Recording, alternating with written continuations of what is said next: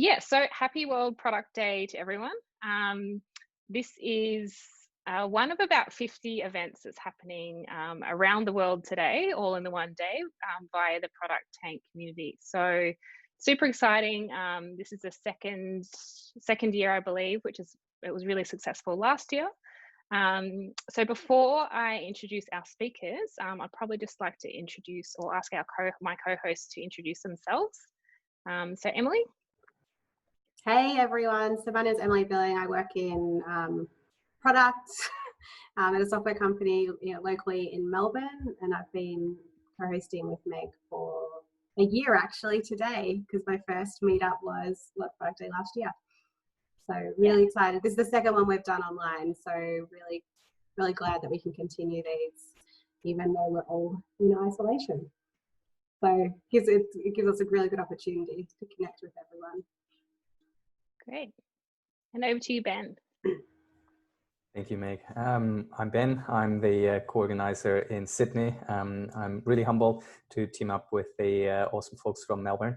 I'm the Chief Product and Technology Officer at Aurelius, which is a new company helping people who struggle with addiction. And we haven't launched yet, but there'll be more to announce. And actually, we were in the AFR today. We got some funding from Antler. So, yay, we're on our way. Congrats. That's awesome news. And for those of you who don't know me, my name's Meg Blake. I'm a product consultant from ThoughtWorks. So I am based in Melbourne and work with various clients here in Melbourne and a bit around Australia as well. So just a little bit of housekeeping. So feel free to keep commenting in on the chat. I'm keen to hear if this is your first ProductTank, hoping that we can all get together in person sometime in the near future and actually see each other face to face. But feel free to put a shout out in the chat if you're new to ProductTank. Equally, if you have any questions, so we use the chat just for general comments, and then if you use the Q&A feature at the bottom of your Zoom panel, then Emily and Ben will be facilitating the Q&A after the speakers have gone through their talks. And yes, it's really awesome to be collaborating with Sydney on this event. It's the first time that we've joined together, and yeah, I think it's a great way to, I guess, connect our product communities across Australia. And the last announcement is just a big thank you to Optimizely. So Optimizely has sponsored us for this event and the past few events. They've provided us with some video equipment so that when we do get to meet again in person, we'll actually be able to start live streaming our events as well. So those of you who are really keen to watch at home, we'll have that technology with big thanks to Optimizely. So all of you product managers out there who are looking at great ways to do, I know I've used it for A/B testing really successfully, and it's a pretty great product. So big thanks to Optimizely. So that's enough talking and announcements for now. I'll probably pass over soon to our next speaker. I'll introduce you to Josh Centner. So Josh will be talking to us about why your product strategy is falling on deaf ears. So Josh has spent about 10 years in the world of startups and innovation, and he's the head of product and delivery at PageUp. So without much else, I'll pass over to you, Josh. Fantastic. Thanks, Meg. Just start off, thanks heaps to the ProductTank team. Very excited to be speaking to all of you here today. As Meg said, I'm talking to you about why your product strategy is falling on deaf ears. So the reason I wanted to talk about this is because I've been working in product strategy, like Meg said, for the last 10 years. I've been the recipient to lots of different product strategies, both good and bad. I've created good and bad product strategy. And I've definitely seen a lot of product strategies that didn't really get executed on as effectively as they could be. So over the years, I've made heaps of mistakes, lots and lots of all the classic mistakes you make in relation to this. And I've sort of started to develop an approach that I think really works. And that's what I want to share with all of you here today. So with that, I want to just jump into what I mean by product strategy. We all have our own view about what product strategy means. So this is kind of putting like a framework around what the definition of product strategy is for the purpose of this talk. So at the very beginning of this picture in front of you, you've got the mission. So this is the why behind the organization. So an example would be something like a Facebook, where they say they want to make the world more open and connected. that kind of mission statement's not achievable. It never changes. Next on from there is the vision or the North Star. That's the lofty objective where you know what it is, but you don't know the steps of how you're going to get there. So maybe it's going to be the #1 player in your category or industry.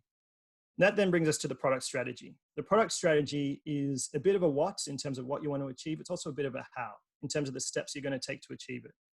It's maybe say a 1 to 3 year or a 3 to 5 year type of vision or product strategy. It sets out what you want to achieve to a degree of clarity without providing too many boundaries for the teams in which they can't operate themselves. I'll talk about more of that further on in the talk. And then that finally leads into forward planning, which I'm not going to talk about, which then finally leads into the 3 to 6 month roadmap. And I say the 3 to 6 month roadmap, again, that kind of changes per organization depending on how quickly they move. That might be a 1 to 2 month roadmap, sort of the items that we have validated and we know that we're going to be delivering. We've got very high confidence in what we're investing in, right? So that's where the roadmap comes in, and you can see where the product strategy kind of fits in between your roadmap, your forward planning, and your overall vision and North Star. So with that, let's jump into what is the purpose of a product strategy. So at its core, we want to get that pot of gold. We want to achieve our objectives, whatever they may be. But the product strategy is more than just setting out what the objective is. It's also about providing that map to how we're going to get there. What are the boundaries behind getting to that objective? At the other level is who are we trying to motivate there? So in terms of product strategy, people often think about product strategy as focusing on, say, the development teams. But really, there are a whole lot of consumers of the product strategy, from your operations team, marketing, sales, investors, and leadership. A great example there being sales will use the product strategy to sell the product, right? They can then use that to create value for the organization. You have your customers and users who want to know, where is the product heading? Do I want to continue investing with this company? Are they doing what I want to see? Or do I need to raise my voice to say, hey, this product strategy isn't working for me? So at a very high level, product strategy purpose is around enabling that aligned autonomy towards a long-term goal. So having that long-term goal and the map of how you're going to get there. And then it's about motivating the teams and the customers. Breaking it down, you've got the alignment, autonomy, a long-term goal, and motivation. So what is aligned autonomy? What does it mean? And it's really important to kind of frame this up because it really feeds into why we do our product strategies. So autonomy without alignment looks like this. You've got multiple teams all working towards a positive objective. They've all got the right point in mind of they want to get to a specific goal, but they're not necessarily aligned in how they're going to be getting there. You could have multiple teams working on the same thing, thereby duplicating effort. Or you could have, say, one team working towards a long-term goal that you've defined. Maybe it's, say, disruptive innovation, and then you've got a bunch of other teams just moving in random directions. They're not all working in tandem together. They're not complementing each other's products in order to help move towards that long-term goal.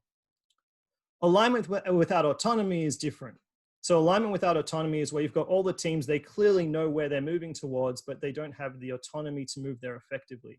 So what I mean by that is you have, say, your top-down hierarchical organizations often operate like this, whereby any decision that needs to change based on changing movements on the ground needs to go up the bureaucracy and all the way back down again. Things happen really slowly. In all likelihood, you have teams end up working on something that doesn't actually provide value because they're not able to have the autonomy because they can see it's the wrong thing to do. They don't have the autonomy to change to move on to something else. Ideal state we want to be in, aligned autonomy. All teams are moving towards that long-term goal and they're complementing each other in terms of the products they're building or the capabilities or features they're building in order to get to that long-term goal effectively and achieve that pot of gold at the end of the rainbow. So with that kind of backs up like the reason behind aligned autonomy and what we need for our product strategy. So that's aligned autonomy towards that long-term goal and getting that motivation for our teams and our customers. So with that, what does less effective product strategy look like? I'm going to map it against the alignment, autonomy, long-term goal, and motivation. These are common strategies a lot of you would have seen in the past. They're not all bad. A lot of us have done them. I've done a lot of these. A lot of them can be complementary to your product strategy or even part of your product strategy. And some of them are just garbage, which you'll see in a second. So the first one is the number cruncher. This is a strategy I've seen a lot of. I've seen a lot of people produce strategies that look like this. I've been guilty of doing it myself. It's not a bad thing to be doing. It is a very important input into a good product strategy, but it shouldn't be the product strategy. When I say that, what does a number cruncher product strategy look like? That's when someone gets up in front of the organization and says, I have our strategy. We've got a $2 billion gap in the market. We're going to take 20% of that gap in the market, and that's what we're going to do for the next 5 years. You know, maybe they have a whole bunch of other pretty charts that talks about all the competitors and what they've been doing and where they stand on different charts and graphs. It's kind of the persona of product strategies in terms of producing a whole lot of data around something that's not really as usable as it should be. In terms of delivering it to the organization, in terms of motivation, it's not motivating. I mean, some people might be motivated by knowing they're going to take on certain numbers, but I'm certainly not motivated by it. In terms of alignment, well, there's not really alignment around what you're actually going to be doing. Yes, we all know that we're going to aim towards a specific number objective, and we have full autonomy on how we're going to get there. So that's great, but we're not aligned about how we're going to do it. In terms of long-term goal, it's a bit iffy. We don't really know where we're going to be going towards. In terms of, say, that disruptive innovation X, we all just know that we're going to get towards a specific metric, which is a measure of that long-term goal, but it's not the long-term goal itself. Next up's vague and confused. So I've used Simon Wadley's Heroku app for this, which is really funny. It basically produces a strategy that you'd see at some of the big corporates. I'm sure a lot of you have seen a strategy that looks like this. You can jump onto the Strategy Mad Libs app there and you can produce your own one. I'm confident to say I've never produced a strategy that looks like this, although I've definitely heard them delivered, especially at the large corporates around Australia. And so just the first couple lines here. So our strategy is customer focused. We'll lead an open effort of the market through the use of platform and data leads to build a competitive advantage by being both innovative and networked, and a bunch of other buzzword bingo. So it kind of has you sitting there going like, I don't know where I'm going with this. I don't know what I need to do. Like, sure, I get we want to be more agile. We want to be data leaders in the market. I can kind of see different things that I could do to achieve the sort of objectives that have been set out here, but they're pretty vague. In terms of motivation, I'm not motivated by a vague strategy like this. I'm not aligned. I don't know what I need to do specifically. I don't know what other people are going to do. Everyone in the organization is kind of going to do their own thing and then be able to wordsmith around how whatever they're doing fits in with the strategy that's been set out. So in that respect, they have full autonomy. They can do whatever they want, which is great, but they're not very much aligned. And in terms of a long-term goal, it's just not there. So I'm sure a lot of you have seen this kind of thing. It's definitely something to avoid where you can, or call out when you see it. Next up is something I'm sure many of us have been guilty of. I've certainly been guilty of this in the past, is the micromanager. Now, I spoke in the beginning about the 3 to 6 month roadmap. It very much has its place to spend, depending on the speed of your organization and what you've validated, you will be able to roadmap a certain number of items to a certain point in time. So say a fast-paced startup might have a 1 to 2 month roadmap of what they know they're building or are currently building, and be able to map the dependencies in between and map out appropriate activities accordingly. Once you get beyond a certain time frame, though, this starts to become less valuable to the point of being painful for the organization to work with, especially when you look at, say, a roadmap that goes, say, beyond 12 months or up to 24 months. Suddenly you're looking at a strategy that's really pretty brittle. It's kind of like having that person looking over your shoulder with the stopwatch saying, hey, have you got user avatar out the door? Is it going to be delivered in 2 years, 6 months, and 3 days? Entirely unrealistic and really not useful once you're getting to that type of time period. In addition to that, when you're extending this past that 12-month point, you're creating a really brittle strategy. As anything changes on the ground, your strategy is going to break, right? If market needs change, customer needs change, a competitor comes out with something that blows up the market in some kind of way, your strategy is now going to be invalid. You're either going to end up continuing down the same path and doing something that's not very valuable, or you're going to have to just redo your entire strategy again, redo the roadmap again, and waste a lot of time and cause a lot of pain for the organization. So in terms of value, motivation, some people are motivated by this type of thing. I mean, I did like them a lot in the past, and I do still like seeing them in the short time frame. In terms of alignment, yep, rock solid. Everyone's going to be purely aligned towards what they're doing. In terms of autonomy, however, they don't have that autonomy. That's where that brittle strategy comes in. In terms of long-term goal, it will be there. You'll have a clear idea of where you're going. However, why I put that as sort of a maybe is that I'm pretty confident if you've got something going 24 months into the future with this level of detail and clarity, it's likely that it's going to break. And that long-term goal is going to be wrong. because it doesn't have a level of flex around it to enable the teams to adequately adapt towards an appropriate long-term goal. Last up's the bigger is better strategy. A great example I have from this, I was working at a sporting organization in Melbourne, and they had brought me in to help them with their product strategy. I was consulting at the time. And they said to me, so we need help with this product strategy. We've been using the same one for the last 24 months. And he said it with a bit of a frown on his face. I said, well, what's that look on your face? He goes, well, I say we've been using it. We actually paid a lot of money for this very expensive consultancy to come produce this strategy for us. And he goes, let me show you. He pulls out his desk and he slaps on the table this gigantic 200-page stack deck. He goes, well, this is what it was. Sure, there was some pretty valuable stuff in there, and it was valuable to me as the chief product officer, but everyone else in the organization couldn't use it. It was an unusable strategy because of the volume that was sitting there. No one could consume it and use it to actually create real behavioral change within the organization and factor it into their decision making, because no one could consume that 200-page document. It might have had a whole lot of really valuable insights in there, but they weren't usable because of the length of what was delivered. So in terms of motivation, I say these aren't motivating. No one wants to sit through a 2-hour presentation around the strategy and then expect people to remember everything that was told them and then be able to then happily go off and factor that into their decision-making on a day-to-day basis, let alone have a 200-page deck to read through. In terms of alignment, I mean, maybe there is some alignment there if people are actually using it. I'll use the case of this organization. I've seen it happen in others as well, whereby the alignment's not there because people no longer have a strategy to work with. They spent a huge amount of investment producing this 200-page document. They're not going to be willing to go back and produce something that's actually usable. Everyone says, well, the strategy is done. Your board of directors will turn around to you and say, well, we invested, $200,000 producing this strategy. Why are you going and redoing it? Just use what you've got, which results in people not using it at all and no alignment as people just go off and do whatever they feel they need to do. In terms of autonomy and long-term goal, again, it's a maybe. It just depends on the content and how the strategy is used. I would argue that this is definitely one of the worst approaches you can use because it's not a usable approach to product strategy. So with all that, what makes a good strategy? So it clearly articulates objectives and boundaries, and it tells a story. This is a sanitized version or a made-up version of something I did deliver in December last year at PageUp.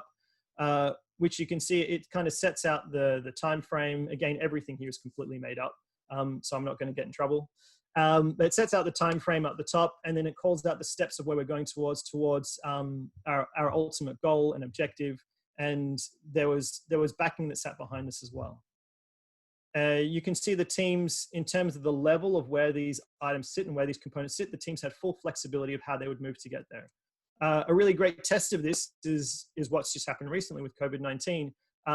As soon as that hit and we saw what was going to be happening in the market, we all sat down, we had a look at the strategy, we looked over it and we said, well, what does this mean for us in our organization? What do we need to change as a result? And we went over it in detail. We did a bunch of analysis on the impacts to the markets and what was going to happen now and 12 months into the future, and with second waves of COVID-19, how would that affect our organization and our customers and the market? And all up, the strategy didn't change. It stayed 100% the same. Sure, there was different emphasis on various components of the strategy, but the ultimate core behind what the strategy was and each component of the strategy 100% remained the same because we'd done it at the appropriate level that allowed it to have that flex where when the market changed, the strategy remained the same and the team's behaviors shifted in order to effectively deliver on the strategy. And that's where you know you've got a good strategy. So in terms of alignment, autonomy, and long-term goal, ace, great. In terms of motivation, though, there's still something missing. And that's where we get to bringing our audience along the journey with us with storytelling. Storytelling is the great way to bring people on. So why do we do storytelling from a product management perspective?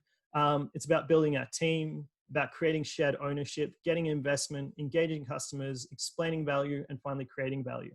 You can see good storytelling clearly aligns with good product strategy. In terms of creating value, there's a really cool experiment that was done. I'm sure a lot of you have already heard of this one. I'll just talk to it for a minute, which was the significant objects experiment. So this is where a couple of guys got together. They bought 100 items off eBay. I'm probably getting the numbers wrong, but the story stands nonetheless. They then engaged 100 different authors and said, can you create a story behind this item? And we're going to repost it on eBay. Our hypothesis is that a good story that sits behind an item will increase its value. They ended up, after spending $100 on these items, they made tens of thousands of dollars in profit. One horse's head, I think, sold for, maybe it was $10,000, something like that. One horse's head, they bought for $1 and they sold it for $65 with the right story behind it. The same goes for your product strategy. Just by having a good product strategy that you communicate effectively with a good story can increase the value of your product without having done any development effort, without having done any marketing effort, just by being able to deliver that out to the market, deliver that out to your customers can increase the value of your product. So getting into what are the fundamentals of storytelling? So first up, there's the components of the story. I'm going to touch on this really quickly because then I want to talk to it in detail around how it applies to a product strategy specifically. So you've got the setup. So what's the situation? What is the small happy village? What's happening there? What's the background of the village? What's the background of the people? And so on and so forth. Next up, you've got your victim. So they're the person that's going to then be subjected to the challenge. The hero then comes in and they take their solution, like their Excalibur, and they rescue the victim from the challenge. Potentially the hero and the victim might be the same person. And finally, they get to their punchline. So what is the outcome of delivering a solution? So from a product strategy perspective, the outcome of the punchline is, what does the world look like once you've delivered your product strategy? Now, I'm going to dive into all that in more detail, but I just want to go through the fundamentals a bit more just for a second so we can get to how this all fits together. So where does our product strategy fit in with the story? That's the hero and the solution, and ideally the punchline as well. What's missing is the setup, the victim, and the challenge. Now, there's a reason why this is so important. And it's a great line from Andrew Stanton. He's one of the authors for Pixar. He did Toy Story, WALL-E, and Finding Nemo. And he goes by, they call it the unifying principle of 2 plus 2. So give the audience 2 plus 2, not 4. Now, this is great for storytelling in terms of the movies that Andrew Stanton's writing. This is even better when it comes to product strategy, right? What's our aim? We want to motivate people and we want to bring them on the journey with us, and we want to get buy-in for our product strategy.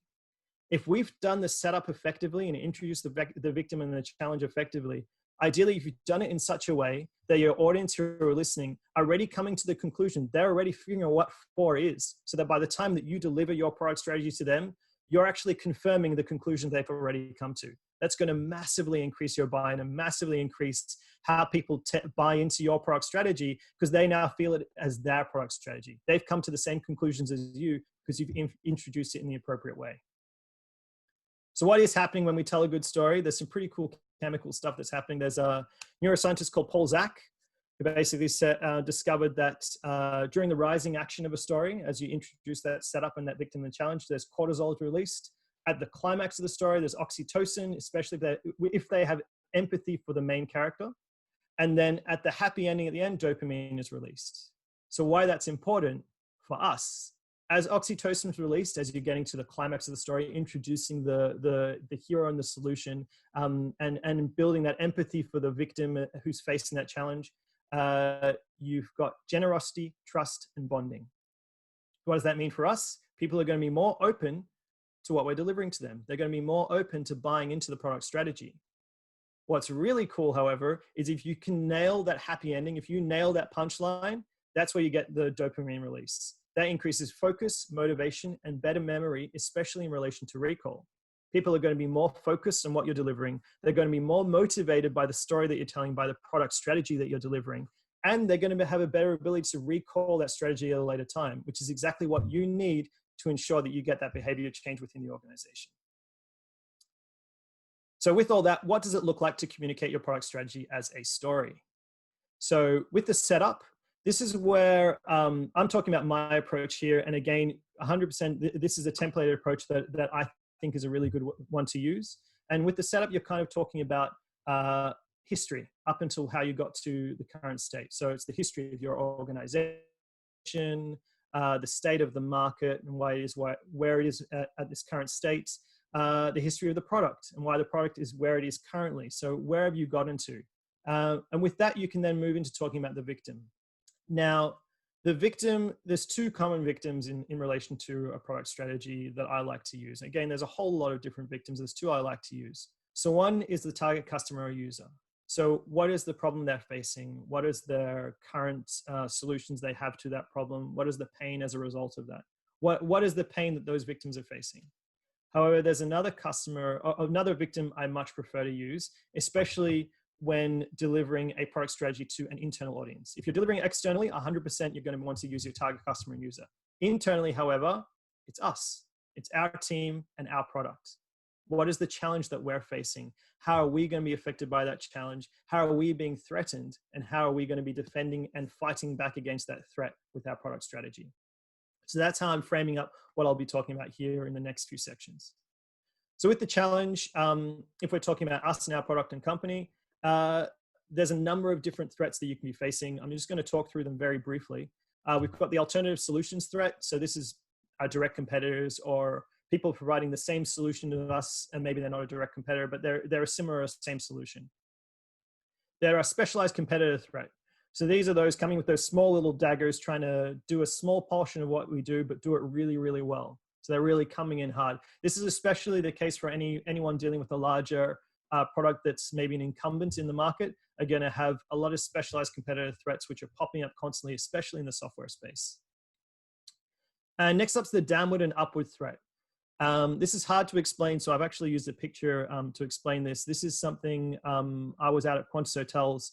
I was working with the product manager, Tom Crouch, out there, who's explained to me his view of the world of where Qantas Hotels fit in. And we then mapped it out into this Wadley map to show a true downward threat. And there's an upward threat there as well, but I'll talk through the downward threat here. So you can see in the middle of the diagram here, the OTA, the online travel agent, which is Qantas Hotels. So Qantas Hotels is a regular site like bookings.com where you can go in and book hotels. At the top of the value chain next to customer, you can see the big G, that's Google. Google, as a search engine, they get the eyeballs before anyone else. And so they are the ones that then transition people down through meta search and through to the online travel agent or Qantas Hotels, or potentially from Google straight to Qantas Hotels. Well, Google is seeing there saying, well, if we're going to get the eyeballs first, why don't we just take the hotel booking as well? We'll make the bookings available via Google, and people won't need to go to Qantas Hotels, thereby completely eliminating that business model. That's an extreme downward threat and a really great example of the power that Google has to be a downward threat to all digital organizations and digital products.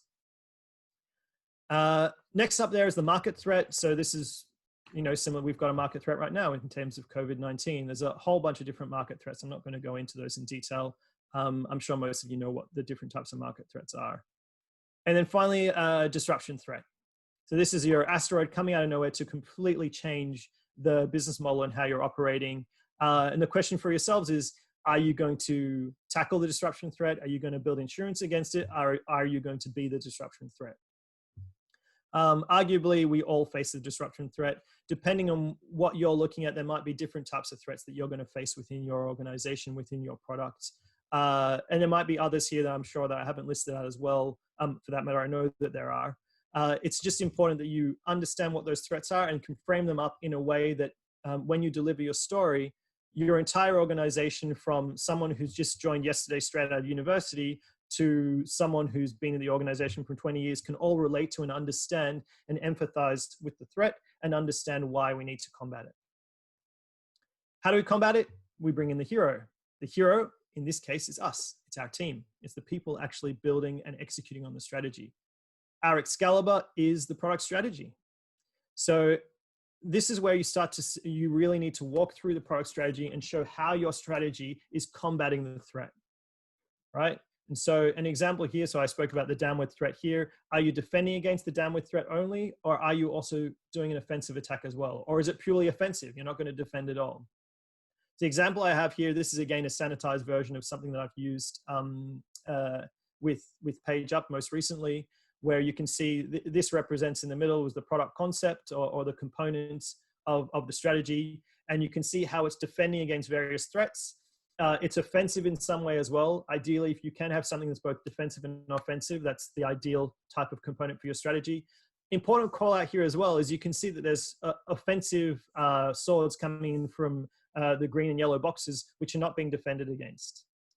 it's really important to note that if your strategy is perfectly defending and being offensive against every single threat coming against you, all your customers are happy with your product strategy, you've nailed every single want of every single person, it's probably not a good product strategy. You probably haven't made any hard choices to say, well, we're actually not going to be able to spread ourselves that thin to tackle all these different areas. We need to actually, there needs to be winners and losers in our strategy. That's just a bit of a side note in terms of a bit of a sense check.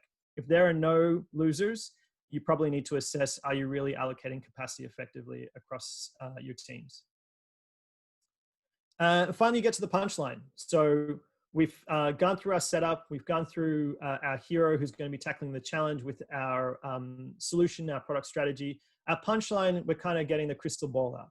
What does the world look like on executing on our product strategy? Where are we as an organization? Where are we as a team? How are our customers doing? What does our product look like as we've executed this product strategy?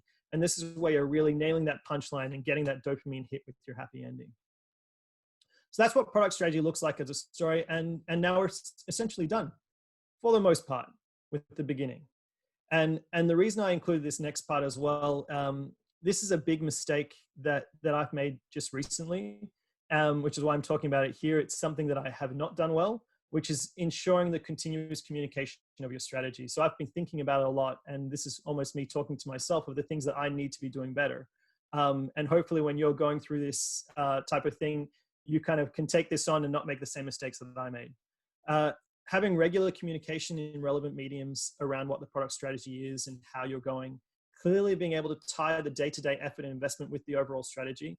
And I know I'm saying this, it kind of seems obvious to do these things, but it's not easy. It's very easy to get stuck doing what we do as product managers and forget to ensure that all of these things are also happening, to ensure that the rest of the organization is enabled effectively.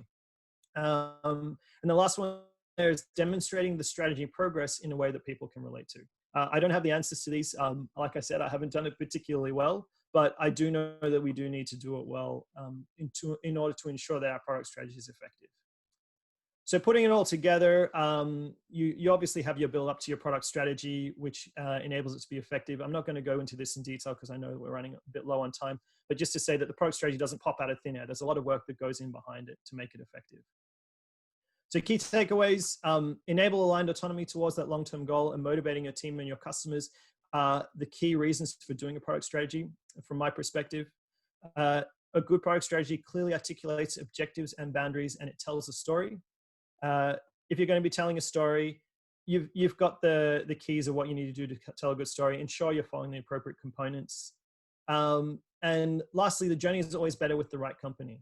The reason I say this is that I wouldn't have created as effective product strategy if I didn't have the right people supporting me and checking what I was doing and setting me in the right path. So I was lucky enough to have both the CIO and the head of UX at PageUp, who both nailed me when I first produced the draft of the product strategy. They both went, there's no story behind this. You're not telling the story in the right way. And it's always good to have those people behind you, helping you to ensure that you're doing the right thing. We don't need to be hero product managers doing things on our own. Have the team with you to ensure you're doing things effectively. And last but not least, whatever you do, ensure that you're always telling a good story. It's going to really help you nail whatever message you're trying to deliver. With that, thanks for listening, and I guess over to Emily for questions. Excellent. Thank you, Josh. That was fascinating. I'm always a big fan of a big story, and I think it's very important when you're trying to sell a vision and get your team on board. And I've definitely been victim of not really understanding a strategy and not and having that not really well explained. So I really liked how you broke down actually each of those storytelling aspects. Quite easy to follow. So we do have a few questions. We have about 5-10 minutes for questions for Josh. If you do have any questions, please pop them in the Q&A box, which I can see is starting to fill up. So let's start, Josh. So we have a question from Kika. Apologies if I've said your name wrong. I work at a company that's clearly aligned without autonomy. What's something I could do now to maximize my time or experience there? Or should I run far, far away since I'm not making any real product decisions? That's a good question. So what I would say is if you're working in an organization that has low autonomy, I'm going to assume, I'm using my consulting experience for this, I'm going to assume the organization operates relatively slowly, right? So if that is the case, I would start producing outcomes as if you do have the autonomy, and you use that to present to higher ups. So for example, produce what you think the strategy should look like. Produce a strategy story like this. Go off and start doing what you would do if you were the chief product officer, if you were the head of product, and start presenting them in the organization. Do whatever you can to use that organization to learn. Obviously, ideally, eventually, probably you should start to move to an organization where you can operate in an environment where you have more of that autonomy and you can learn more. But don't let yourself be pigeonholed where you are currently. I know that's what I've always done, because I've worked in all, like if anyone's seen my LinkedIn, they've probably seen I've been at most organizations in Melbourne where they do operate at that level, and you do just have to end up kind of trying to break out of your space in order to get the experience you want to get, and not just do the role that you've been given. Create the role that you want to do. Great, excellent response. All right, next one we have from Anonymous. I would like to ask, in your experience, have you seen any companies with product strategies that pivot every several months or every year be successful?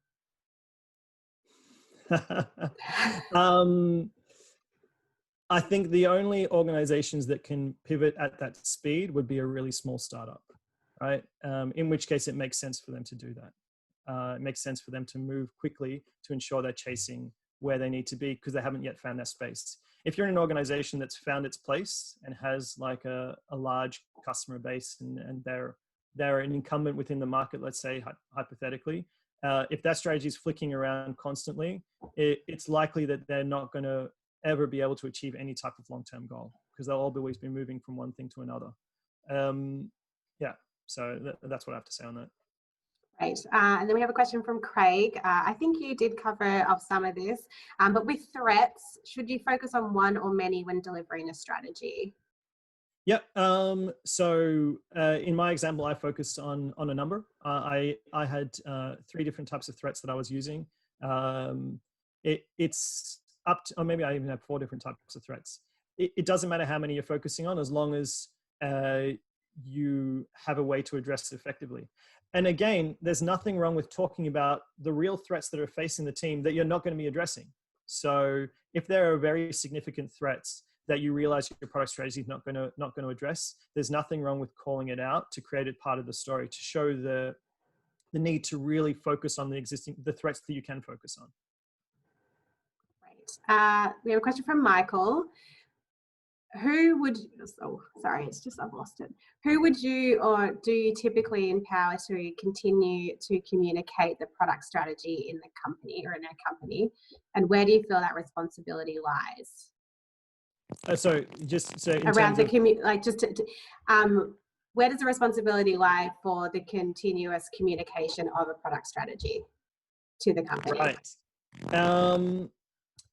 Ultimately, it's the ultimate responsibility will sit with whoever was the creator of the product strategy or the owner of it, which would be like, I think it sits top down. So the CEO has that responsibility, and then down through the organization. If you're a large enough organization where you have a team of product managers, I would argue that all of the product managers in an organization are responsible for ensuring its communication. None of them should sit idly by and expect someone else to follow them up and communicate it to them ongoing. They should all be taking equal ownership over the product strategy. Great. And then we have one from Amelia. What would a challenge look like in the public sector context? Challenge in public sector?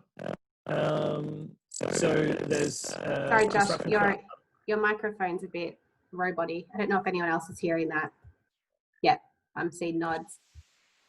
All right. Give it another go. How about now? Much better. Awesome. Cool.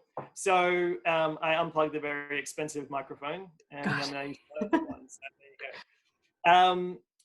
you go. In terms of public sector, you'd have threats. There'd be threat from changes in economic market threat, or in terms of, like a great example now, there'd be a lot of government agencies which are under threat in terms of reduced budget, in terms of how they operate.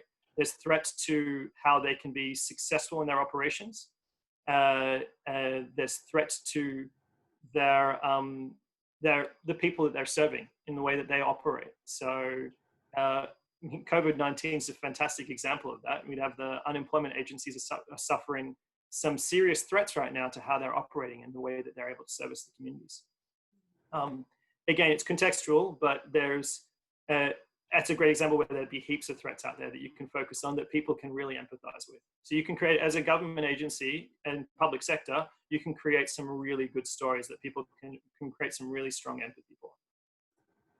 Excellent. And we've just got time. We'll just cover off another couple of questions before we jump to Nicole. This one's from Sashin. Apologies again if I pronounce it incorrectly. Can the same approach to strategy and storytelling be used for enterprise products? And how can we get visibility of major challenges faced by the customer? So enterprise products, so I'll assume you're talking about, say, something like a financial institution. 100% you can. You can use the exact same approach. Challenges faced by the customer, I mean, I'm assuming that you have your research teams that can go out there and work with you, or yourself can go find what those challenges are. In terms of wider threats, from a product management perspective, ideally you have that visibility, or you can get that visibility for yourself around what threats the organizations are facing. I don't know how much time I've got. I was actually working on. We're going to give you a few more minutes. Yeah, I actually had an example that fit to this exactly, where an organization had used a financial institution in Melbourne had used the Pixar pitch to support their safe transformation. I actually took it out of the deck, and they used the Pixar pitch terribly. They created a horrible story about, we just want to be more efficient, and that's why we're doing this, so that we can save and make more money. Like, that's an incredibly unmotivating story. So the threats to the banks and why they need to be more efficient is that we're now living in a world where you've got the Facebooks, the Googles, and the Amazons in the world are trying to get banking licenses and come into Australia. They're international conglomerates who are going to take the money from Australia and take it back overseas, thereby affecting all of us as a population. And that's the story that you want to be telling. And that's not what the banks were telling, or not what they are telling now, right? So you can create some, and like the story went on and on, but of my version of what the banks should have done. But you can see, you can create some really great stories, even around some really boring things like a safe transformation. You can create a good story. But the bank obviously didn't do that and created something that was very banky. Yes, very, very, very much sounds like a bank. All right, we're going to just cover one more question. I'm so sorry for everyone else who has a question we haven't gotten to, Josh. It's obviously very popular. But this last one's from Ben. How do you deal with tech teams that are only interested in building the shiny things and won't engage with strategy? Yeah, good question. For me, it's about building up that empathy for the customer and building up that business acumen and the empathy for us as a team within the tech teams. I think the tech teams you need to build that deep commercial understanding for the tech teams. I'm literally facing a similar challenge right now, where this is what I've been trying to do. In order to get to the tech teams to understand that if they build that big, nice and shiny thing, it's not going to bode well for them. You can't exist forever in this vacuum of not producing what actually is going to achieve the business outcomes, which you should be happy about. And if they're not, it's about making that transparent, and then potentially creating some consequences around it as well. You know, reward, I mean, again, you don't want to get out the stick. That's never a right way to manage, but you do want to positively reward people that are achieving objectives and show that as a measurement of achievement, and just not reward those who don't, essentially. It's not a stick, but it's also it's not rewarding bad behavior, essentially. Yeah. Excellent. Well, thanks so much, Josh. That was a very fascinating talk and question time. We do have to jump to Nicole, just in the interest of time. So I'll introduce Nicole Brolan, who is our next speaker. She's an Executive General Manager for Xero. And prior to working at Xero, she'd been at Seek for 15 years as a Chief Product Officer. So I will pass it on to Nicole for her talk tonight, which is on influencing your way to creative product freedom. Thank you. Now the most stressful part, sharing my screen. Yes. No, it's this screen I want to share. Just talk amongst yourselves. You've got to always share the right one. Hold on. I know. I'm getting there. Don't worry. Why are you not showing up? One sec. Sorry. Here we go. Look at this. So, next little challenge. Hold on, Nicole. When I thought about what I wanted to talk about tonight, yeah. Sorry, you went robot-y. Oh, okay. Is that okay? Mute. Yeah, that sounds better. Hold on, wait 1 sec. How about now? Yeah, it sounds clear as day. Great. So yeah, in thinking about what I wanted to cover tonight, I really thought about this battle that I often see in product teams where, you know, we have a process, we have a way of how we want to go about things, and we kind of keep getting frustrated about our ability to not go about and solve problems the way that we want to solve them. And it feels like there's often a disconnect between, you know, the practices and the things that we think we should be doing versus how the organization is set up or how the organization is thinking about it. And I've had a lot of experience, both myself personally and watching other teams, both good and bad, in a lot of these scenarios. And I guess I really wanted to take you through those because I do believe that there's a lot that all of us can do. There is a lot that's within our control to help, you know, craft a way to get more freedom than what we've got today, and sometimes in how we're building products. So to start off, there we go. Okay, so the dream. I assume that you all have a dream something like this. You want meaningful customer outcomes and opportunities that the business is really bought into and that they didn't give you. You actually crafted yourself and you've got great buy-in for them. That you're solving these customer outcomes by working directly with customers. That you are able to explore the multitude of ways that you could solve these problems and solve these outcomes with lots and lots of ideas that you're comparing and contrasting against each other. That you're then able to run really lean experiments for how you can validate your own assumptions.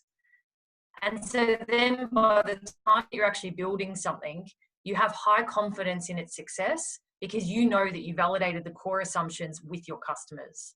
You have the opportunity, once it's in market, to iterate on it until you've meaningfully achieved those outcomes. And during this whole process, you have really efficient quality interactions with stakeholders that focus on the why. Sounds amazing, right? Often what happens, and I will say I've never seen a situation this bad, thankfully, but aspects of this I've definitely seen. We start from a specific solution. So you've got a business that has a very strong view in mind of what the solution is actually going to look like. Because of pressures within the business, because of how your organization may be set up, you may be in a position where you have limited or no customer interaction when you're trying to build out these solutions.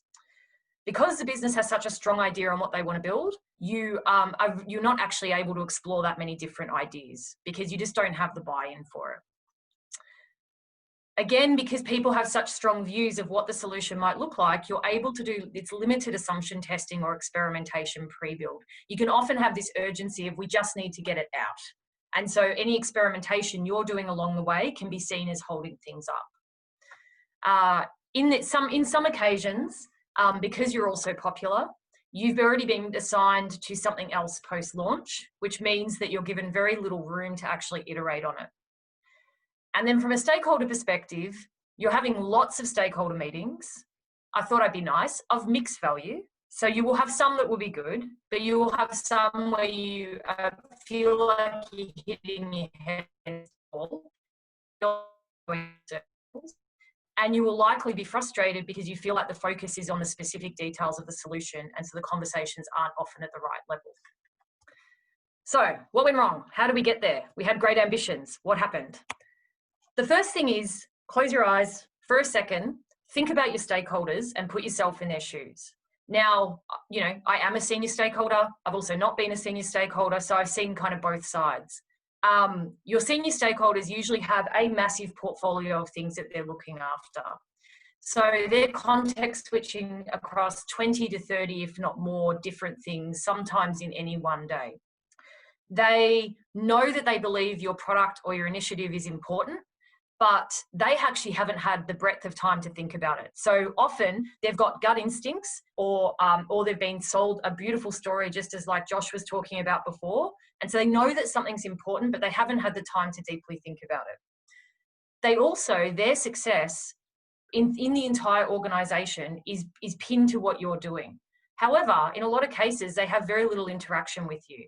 There might be stakeholder meetings and check-ins, but they're kind of dropping in and they're dropping out.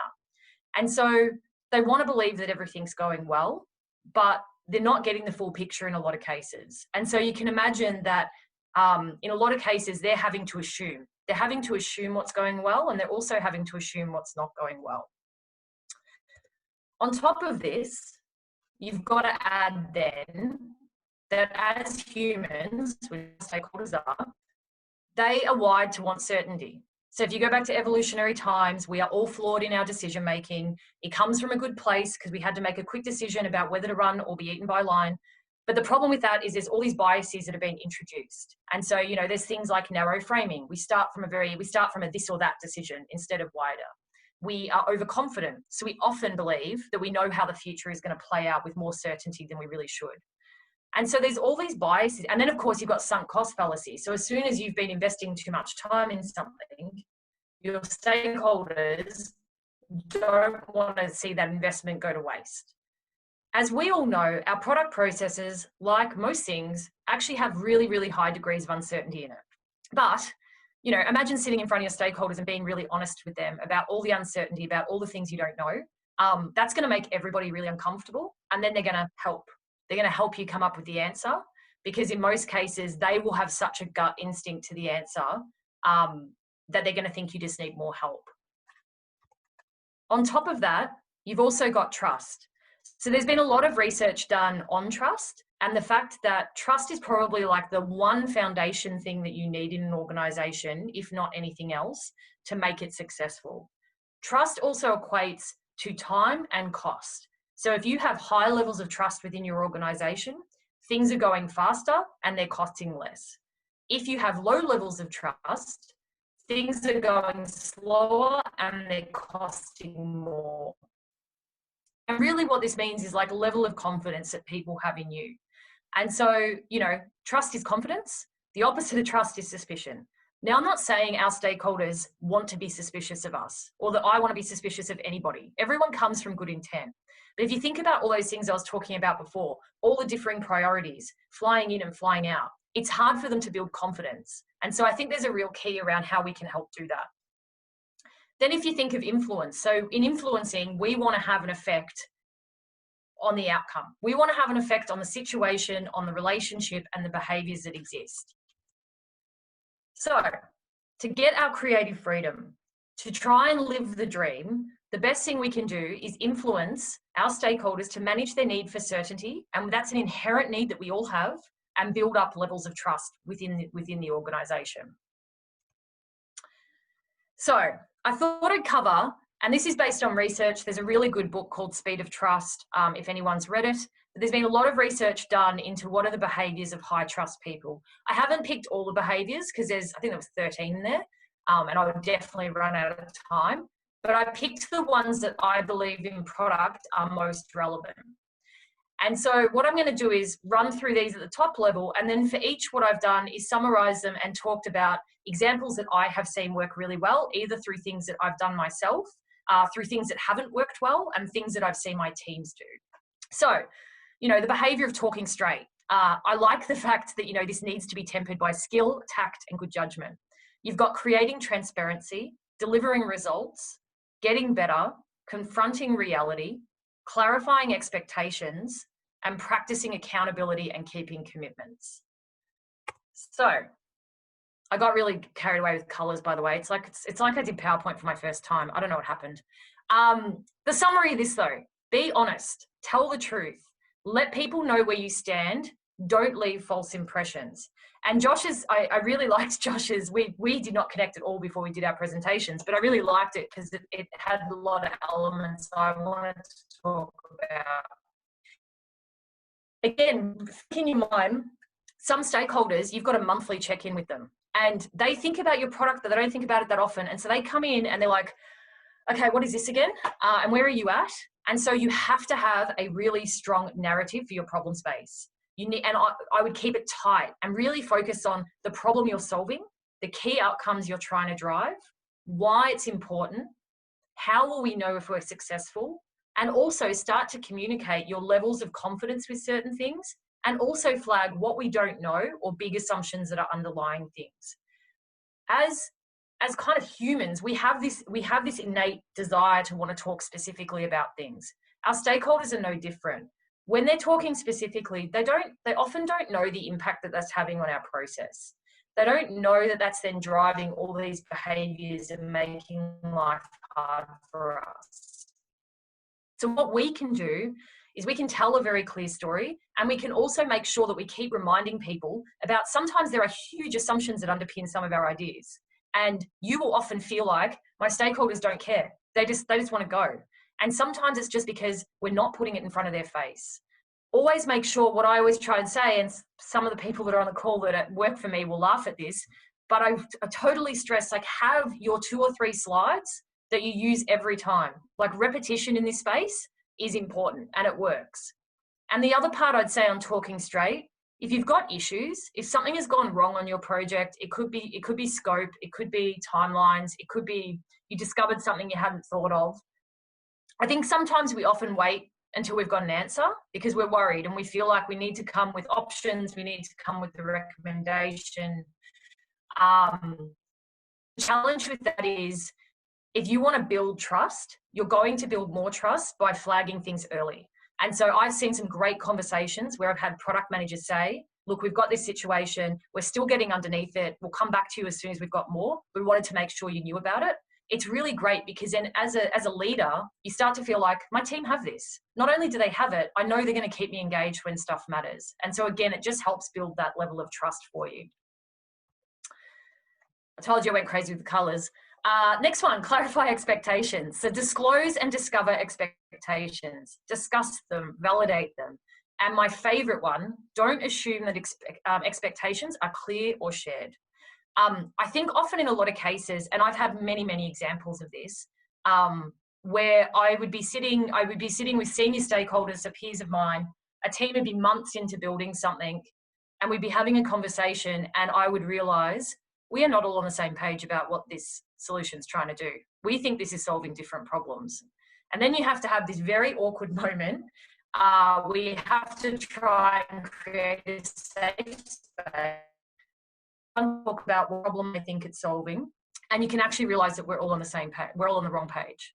So don't take anything for being assumed. What I would stress is make sure that you have this simple framing of the potential outcomes and high-level needs for your universe, your problem space. As I said before, like, your stakeholders are going to sound very specific and they're going to sound very confident. We've all been trained that way. And the more senior you get, the more there's an expectation that you're going to be confident and you're going to know the answers. But they don't know your space and they don't know your customers. You know that. And so really do the due diligence of framing up the different ways problems could be solved, or the different factors that are important. There's a lot of tools that can help with this. A simple straw man or decision trees. Teresa Torres's opportunity solution tree. Like at Seek, we pretty much did away with roadmaps, and we had teams that just had opportunity solution trees that talked about, this is our current opportunity and here's future opportunities. Or you can even use user journeys.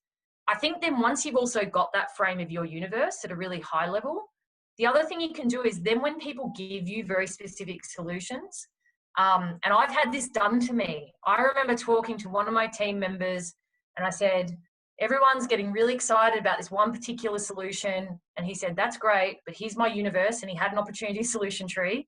And he said, I've got it. There it is. You can see it. He said, but I'm doing all these other things. And we agreed all those other things are more important. And he was right. He was spot on. But just the fact he had that picture, that as soon as I came over to him, he was able to go, yep, no, I've got you covered. You're wrong. Go away. Was perfect. It was great. And instantly I have really high confidence in my people because I'm like, I know you've got it covered. And I can then use that document with all of my other stakeholders when I explain to them why we're not going in certain directions. My other point here would just be, just spend one-on-one time with your stakeholders, particularly at the beginning of projects or when you're doing big reframings or pivots. You might feel like that they don't want to or they don't have the time, but I'm telling you right now, like one half hour catch up with a senior stakeholder could save you months of heartache. And just go in and be honest with them and ask them about their expectations for your space and what what's their vision for it. And people love talking about this stuff. But because otherwise, often you get into the case where some of your senior stakeholders, you never have one-on-one time with them. So you never get to have that honest conversation. And I have seen that play out really badly lots of times. The next one, oh, isn't this color interesting? Create transparency. Err on the side of disclosure. Don't hide information. And this is a term I put in there, no surprises. So I try to operate off no surprises. And this I have found personally to be very, very successful with senior stakeholders. So the first one is your process.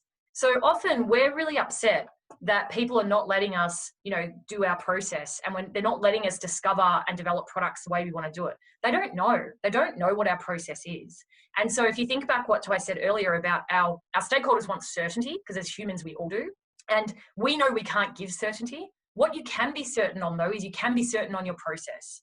And so you can step them through the phases that you're going through. And I've seen some teams that have done a brilliant job of this, where we've had stakeholders who had a very specific solution. They might as well have got out a pen and paper and drawn what they thought something was going to look like. The team came back and they said, these are our kind of 5 hypotheses or our 5 key questions we need to work through. And this is our process and this is our time frames. And then we're going to come back and we're going to present all of that to you. They ended up with something that was dramatically different from what the business thought they wanted or needed. And over that period, it had been validated with customers and everybody was thrilled with where we got to. So don't assume people understand your process, because they often don't. Timeframes are important. So be clear on when you're going to come back and also what people can expect from you. Again, as I said, make sure you're reiterating the problem and the outcome we're trying to address, because people will forget. They're coming in and out. They know your stuff's important. They know it's really big, but sometimes they will forget and they will get ideas. Like people will get ideas and they'll go, what about this? And so it's good at the beginning of conversations to remind everybody of the problem or outcome we're trying to address. Also use your leaders, use your product leaders or any other key leaders you have to make sure they know your process really well and they can actually back you in these conversations. And then another key thing that I've seen some really good and bad examples on, if you've got stakeholders who are raising questions or concerns, make sure you acknowledge it. If you can't answer it if you can answer it in the meeting, answer it in the meeting. That's amazing. If you can't, take note of it and make sure you follow up. And what I would suggest is, if you can't follow up quickly or in the next meeting, just make sure you keep checking in and say, by the way, we haven't lost that. We've still got it just for this reason. I know this sounds simple, but as I said, I've seen really bad examples of this and I've seen some amazing examples of this. So these little things do really matter in building up trust. Deliver results, our favorite. But this is a reality, because this is a reality of what we're hired to do. So establish a track record of results, get the right things done, make things happen. At the end of the day, what you want to try and do is look for quick wins early on that help the business really trust you, but also by extension, remember, when they're trusting you, they're also trusting your teams, especially if you're new. Really look at how you can get some runs on the board. Prioritize speed to learning. So I know we end up in a lot of conversations where our stakeholders feel certain and they feel like they just want you to get to the end. But I've seen some fantastic examples, particularly at Seek, where we were able to chunk things down. We were able to prioritize learning and testing some assumptions. And then people were really excited by that. And they felt progress. Because the problem is, too, a long time, if you've got a big build and you're just waiting, people start to get frustrated because they're like, nothing's happening, this thing's important. And then you get these points around are the team going fast enough? Why don't we have more urgency? We've all heard this, it's very depressing. But the reality is, it's because we're not hearing anything and we're not seeing anything. And so even though they'll talk about the end result, if you can give them little things along the way that show we're learning and also can help them learn and show that we're on the path, this will do huge amounts in terms of making them feel more certain about what we're doing and also increasing their trust. The other thing is really frequently continue to challenge your own thinking and explore alternate options for how you're approaching something. So you may have a plan, you may be kind of building and delivering something. Go back and relook at it, and relook at if there's a faster way to do it, relook at, because often, like, sometimes you're looking at things in one light, you come back a week later, you look at it in a different light, and sometimes you do get different answers. But also the other thing is, then you can actually speak to your stakeholder group and say, by the way, we checked in, we continue to look at if there's new ways, we can't really see anything, we looked at these options. And people really appreciate that. I know as a senior stakeholder, I love that, because what that says to me is, I don't need to worry about this team, and I don't need to worry about if we're going too fast or not, because I actually have a team that is constantly worried about that, and they're more worried than I am. So therefore, I don't actually need to worry about it, and I can give them some space. And also, this one's funny. If you know that things are long, which is every case, because everybody wanted everything yesterday, make sure though, in that story that you've got, just make sure that you've got the clear rationale as to why, and just keep repeating it, because those things often don't go away. But if you keep repeating it, you eventually shut it down, because people go, okay, they've heard me, I've got the point, they've got the point, and I've got the point. Getting better. So continuously improve, increase your capabilities, be a constant learner, share with people what you're learning and what you plan to do about it. One of the reasons that I work in product is because I love the fact that with the speed of change about how we do things, about technology, I mean, you saw me, I could barely load a presentation. Imagine the rate of change going on for me. But the amazing part in all of that is we constantly have to upskill and learn. Like, the product practices I used when I was a product manager are terrible now. Like, they would be horrible. I wouldn't use any of them. And so, but I love this because we're in this constant state of learning. And so use that to your advantage. You know, I've seen teams, like I remember a case where I was getting really frustrated, and I was getting really frustrated because something was taking too long in my eyes, and the team weren't really talking about it. And I said it a couple of times to my product leaders. I'm like, hey, I'm really worried. Could you please, I really want to understand what's going on. And no one got back to me. And I was super frustrated. And by extension, I felt like the team didn't care. And I felt like then they weren't moving fast. What happened is they then had a session where they came and they explained all the reasons to me around why there were delays and what had happened. And they explained to me what they'd learnt and what they were doing differently. And that session was amazing. Like, from that session on, I felt like I had a lot of trust in their process, because I learn all the time in product, like all the time. But what you want to know is, you want to know, are we all learning from this? Are we all changing and evolving our behavior? And so if something does go wrong, lean into it and just be really honest about what happened and why, and then what you're going to do about it moving forward. Ask for help, particularly if you're in bigger organizations. Like, if you find, and this does happen, if you find that you're someone where you feel like, you know, your stakeholders just aren't gelling with you, and you feel like they're asking lots of questions and they're micromanaging you, and you don't feel like that's consistent with how they're treating everybody else, reach out and speak to your other product managers, understand their process, understand how they're engaging people, because often it will be something in the process. It will be something in the way you're communicating with people, the artifacts you're using. And so really just look to others and try and learn and improve. And then the other thing is regularly ask for feedback. This is both, you know, to your leaders, but also even to senior stakeholders. They love giving feedback. But it also shows that you're willing to learn and you're willing to adapt. And often off the back, what I've seen in these cases is you end up having a really fantastic conversation. So I'd really encourage that. So confront reality, take issues head on, address the tough stuff directly, and acknowledge the unsaid. So as I said at the beginning, in a lot of cases, how we end up in trouble is there's preconceived solutions. You have to take it into account. You can't try and work your way around it and pretend that that's not there, because otherwise you'll just go and spend weeks worth of work. You'll come and do an update. You'll be very upset by how your stakeholders respond. And then you'll end up just going and building a solution. So work out how you can validate the assumptions. I had a product manager did an amazing job of this. We had, our stakeholders were adamant that we were going to be able to sell this premium product and that our clients were going to love it. And there was all this strategy work that had been done on it. And I remember my product manager went and did some really lean tests, created a fake door to an email campaign, asking people for interest, tried all kinds of value props, and no one was interested. Not one person was interested. And then he got clips of the people talking about how uninterested they were, and he played them at the steering committee meetings. And so then that idea went away and was not spoken about again.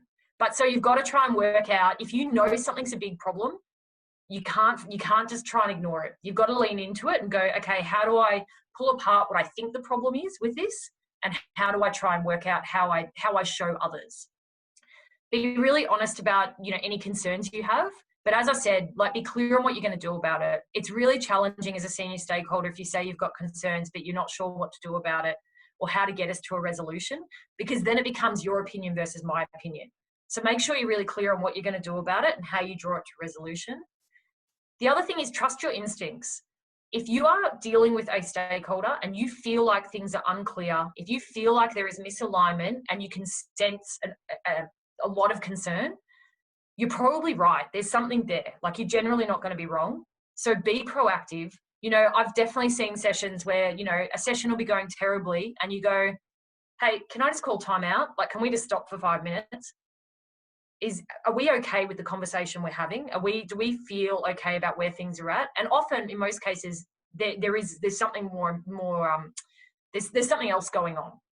But so trust those instincts. Don't just keep pushing ahead if you feel like things aren't working. And then also just remember, nothing is ever too far gone to stop and challenge our approach, our assumptions, or the value of what we're doing. Because sunk cost fallacy doesn't just happen about software we're building. It also happens, and I've definitely seen this, with how long businesses have been talking about something. So you'll often hear like, but we've been talking about this for months. So therefore we need to go. And actually the reality is, like, well, we've been talking about, we should probably retro why we've been talking about it for months, but also that shouldn't stop good questioning. And so, yeah, just remember that as well. This is my last one, I promise. I ran out of colours. I think that's why I stopped. Practice accountability and keep commitments. Hold yourself accountable and others. Take responsibility for results. Be clear on how you'll communicate, and communicate often. So as I said, the thing here is play back your findings really frequently, because what you've got to do, especially if you believe that you're on a different page to your stakeholders, that means you've got to take them on a journey to evolve their thinking over time. But you're the one having contact with customers. You're the one looking at the data. And so you're learning rapidly. They're not. They're in all these other meetings. They're doing all these other things. And so sometimes we probably have unrealistic expectations of our ability to just get them onto the same page as us really quickly. So use any engagement that you have to start chipping away at those findings and sharing it with them. Or send regular updates to communicate those things and what those things have done to our view of the outcome, our ideas, etc. Make sure that you keep working on breaking down the aspects of the problem, and then have a really reliable rhythm of how you share information. One of the things that's really important to building high trust is consistent behaviour. When people believe they know what they can expect of you, that actually helps establish more trust. So make sure that you do have a regular rhythm. Don't be sending ad hoc emails if you're working on something really important. Have a rhythm for when you're sending updates or how often you're having meetings. And also think about how all of those are structured, so you're generally handling them in a pretty consistent way.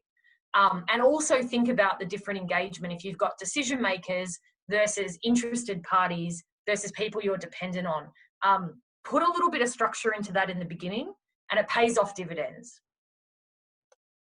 So, in closing, remember, you know your problem space better than your stakeholders.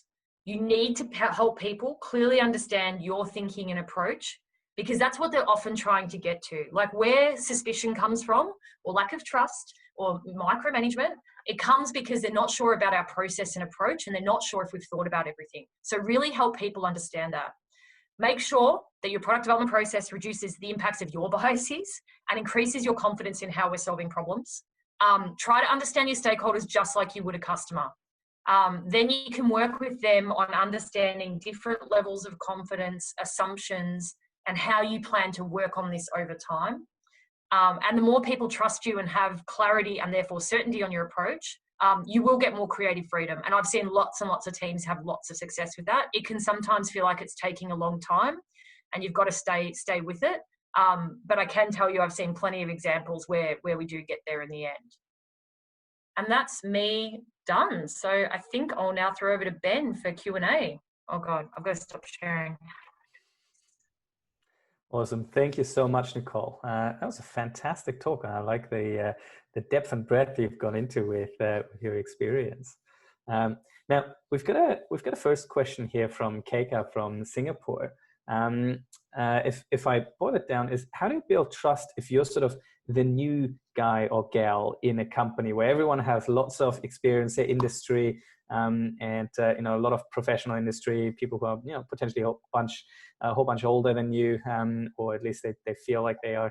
So yeah, how do you create that trust as a new person to then get the buy-in into your product thinking? Yeah, I think the first one is making sure you don't rush. So making sure you don't rush to solutions or views on things without having kind of spent the time observing, asking questions, because people will appreciate that. Like when you're able to replay things and say, you know, from our conversations, this is my thinking, that instinctively gets a lot of confidence. I do think playing things back, so actually playing back and checking your understanding in the early days, as somebody that's in week 6 at Xero, so I'm living this right now. And so I've found really helpful to play back to different people. Hey, I think this is what's going on based on my information. Is that correct? And again, I find, I don't want to stress artifacts too much, but I find if you can pull together like a couple of slides, or it doesn't have to be slides, could be a Word doc, but to kind of show how you're building out your view of your space and the business. And then you can talk to people about that. I've found that's been, because one thing, you might be off track and then you have this great conversation about why you're off track or the things that are missing. Or otherwise you are really on track and people are like, oh yeah, you've got it. Like you're definitely settling into space. So they'd be my suggestions. Awesome. Okay. And actually that reminds me, when I worked at an agency during my consulting time a while, they used running decks quite excessively with clients. So you just keep a slide deck of all the decisions, all the discussions that you have, and sort of create that, which is sort of a way of just playing things back continuously. Yeah, we're goldfish. Right. We need the repetition. Yes, indeed. All right. So the next question is obviously now everyone's working in a remote environment, and you're not there in person. How can people trust you? Hopefully, most companies have worked this out by now. But any tips for what you found is different when you're working remotely, and how you can make substitutes for the things of people meeting you face to face, and knowing that you're a real person. Yeah, I think look, and again, I've had to start a company remotely, so and they really have no idea what I'm doing. So I've got their laptop, but who knows? I think you do have to, when you're working from home, I think you do have to try and create like touch points, because you're not having like the corridor conversations and those sorts of things. I think Slack's like invaluable for that in terms of like just checking in. And so there's a lot of questions that I make a point of asking that normally I probably would wait for like a one-on-one, an official meeting, but it's actually good to just have like kind of constant touch points. The other thing that I found is really helpful is trying to collaborate on working on different documents or priorities and things. So I came from a very using Office, and then at Xero they use G Suite, which is kind of blown my mind. But one of the things G Suite is great with is collaboration. And so what's been really helpful, even in my 6 weeks working remotely, is we've been able to quickly throw documents together, super rough, and then collaborate and comment on them and work together. And that's done 2 things. Like 1, the collaboration's amazing, but 2, also by making it really rough, you kind of create this safe environment, because you're just showing that you don't care, things don't have to be polished, and we're kind of all doing something together. So I've found both of those things to be really helpful. Yes, awesome. And I'm sure we've got a few poor people online who are unable to work with Slack or G Suite or any of those tools. And if they have any specific questions about how you can adopt Slack or any of these tools, I'm not sure we can help, but that's a good point. Okay, good. Now, the next question is, like, what happens with, well, I guess especially senior stakeholders who don't have much time for you, and your approach to building trust is I guess to some extent built on, or a lot of the key pillars were sort of taking the time to explain it to them, to play back, to make sure that, you know, they understand where you're coming from. And every once in a while, you get a person who just doesn't have time for all this stuff and just wants you to do, you know, what they think is right. How do you approach that? Yeah, look, I mean, to be honest, if somebody wants you to just do is right, I mean, that's amazing. Like, that's music to my ears. I'd be off. Generally, it's not the case, though. I think the thing, though, is in what I was talking about, that can actually be done really efficiently, because what I've seen is often what happens, we're trying to get people across things and we build out these like 30-page packs because we think we need to tell a story, and we go on this like really big journey, and you can see, like, you're in the room and you can see like your stakeholders looking at their phone and like planning the next meeting and all those types of things. What I think you need to focus on is a very tight narrative. And so it's kind of like what Josh was talking about before, like, be really clear on your story and keep telling that. And that is actually going to be more efficient than a lot of the ways we currently try to do things, but it's going to hit home. It's going to get right to the heart of things, because then you can say, well, the outcome we're striving to is this. So that's what success is going to look like. So you as a stakeholder, that's what you're going to get at the end of this. And if they don't agree with that, like, you're going to get to the heart of that really fast. Mm-hmm. Yeah, I was actually on a call with an investor the other day, and went through a financial model, and then towards the end we had 3 minutes left. She asked, "Oh, so what is the product that you're going to build? What features?" And 3 minutes to explain this. And I got caught off guard, and I sort of mentioned a bunch of things, and of course that didn't go anywhere. So I have the feeling sometimes we got to say, yeah, you know, let's take a separate explore that in detail. Yeah. Okay, good. Now, one of the questions I have is, trust is one thing, incentives being aligned is another. And I see a lot of organizations where sales really tries to dominate the product discussions, because their incentives are, look, I want this deal done and I'm going to get my bonus, and that's what I care about. And product people generally think a little bit more about the long term, and, you know, they might also get a bonus, but they might have stock options, or they might just want to build a product they're actually proud of, as opposed to, you know, helping this guy or sales gal get that deal. How do you approach that? Yeah, and this one is super tough, because it does depend on how your organization is structured, and it does depend on how much influence the sales team have historically had in your business.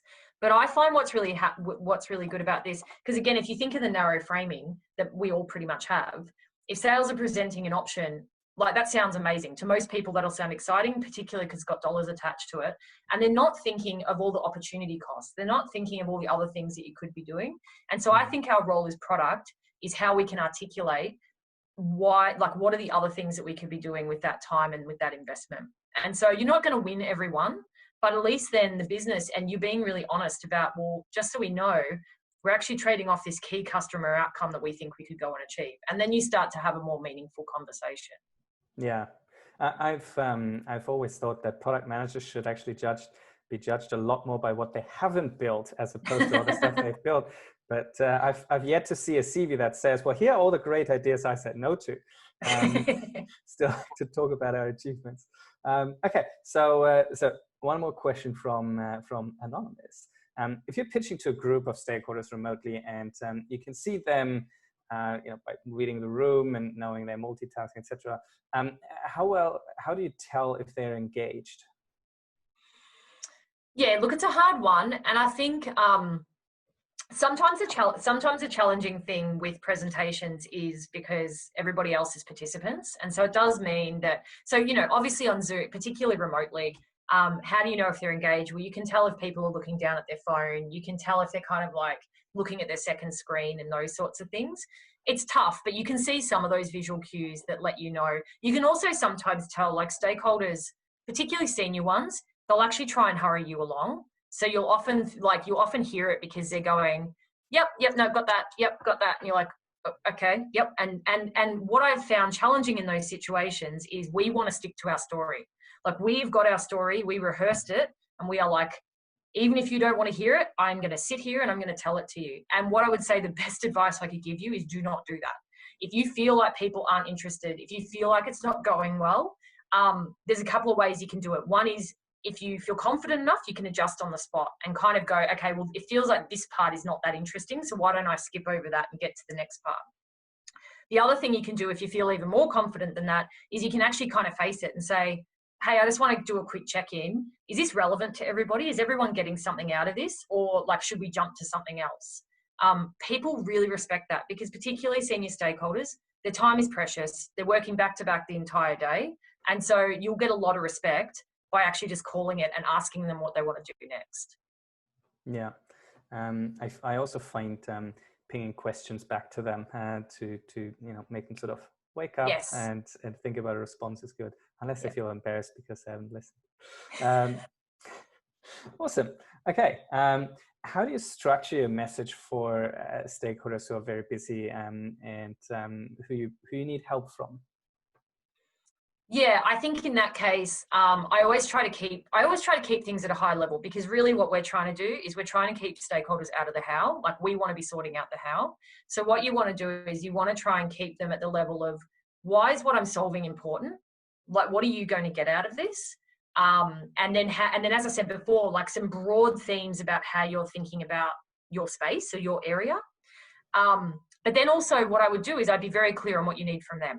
And sometimes that's not what you need right here and now. But sometimes, like, I had a conversation with our CEO yesterday, and he said, do you need anything from me? And I said, not today, but I will. And so, like, even signaling to them, hey, there's something coming. My space has this issue, or I'm trying to sort this. Like, that can also be helpful for busy people too, because then they've just got it at the back of their mind. And then when you need something in a hurry, they're at least warmed to the idea that they knew you were coming. Awesome. Thank you so much. Now, that's all the time we have for Q&A. So thank you so much, everyone. We'll save the questions and see if Nicole can get around to them later. Thank you so much again, Nicole. And now over to Meg again. Great. Thanks, Josh and Nicole. I think both talks definitely resonated with me and lots of other people from the chat and the questions. So really appreciate it. We'll be sharing the recording with everyone as well. So if you want to share that with your friends and colleagues or stakeholders, you'll be able to do so, which is a great segue actually. So tonight we wanted to announce our next ProductTank Melbourne event will be in July, and it's a very similar topic. It's actually on dealing with difficult stakeholders, and our guest will be Roman Pitchler. So you will know Roman Pitchler as author of Strategize, of Agile Product Management with Scrum. He also has a new book out, How to Lead in Product Management. So he'll be joining us from London, which is super exciting. So we just literally have announced that one tonight. So excited to have him join on July 21st. Yeah, thank you again for our guest speakers. Really great talks tonight, and also for the great participation from everyone. I have to say happy Product Day again to everyone. And yeah, another great event this year. Looking forward to continuing to sync up with the Sydney ProductTank crowd as well as the Melbourne ProductTank crowd on a regular basis. But yeah, thanks again to our speakers. It was really awesome talks. Thank you. Thanks for having us. Great. No problem. Yeah, thanks for having us. Thanks, everyone. Thank you. Thanks. Thanks. Thanks to everyone Bye. for joining. Cheers. Bye. See you, everyone. Bye.